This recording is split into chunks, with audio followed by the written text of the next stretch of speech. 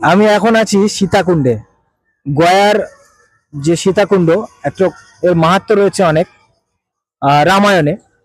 তো এটা অ্যাকচুয়ালি সীতাকুটির বলা হয়। এখানে ভগবান রামচন্দ্র, ভগবান লক্ষণ এবং মাতা সীতা এখানে বনবাসে ছিলেন। তো রাজা দশরথ যখন মারা যায় তখন তার পিণ্ডদান করেছিলেন মাতা সীতা। তো দেখো, এটা হচ্ছে ফল্গু নদী। এই ফল্গু নদীর তীরে বালি দিয়ে তার পিণ্ডদান করেছিলেন মাতা সীতা, এবং সাক্ষী স্বরূপ ছিল ফল্গু নদী, গরু, তুলসী এবং ব্রাহ্মণ ছিল। আর ছিল অশ্বত্থ বট, যে অশ্বত্থ বট ওদিকে আছে। তো এর একটা পৌরাণিক মাহাত্ম্য রয়েছে। তো অশ্বত্থ বট আজও সত্য কথা একমাত্র বলেছিল, আর সবাই মিথ্যা কথা বলেছিল।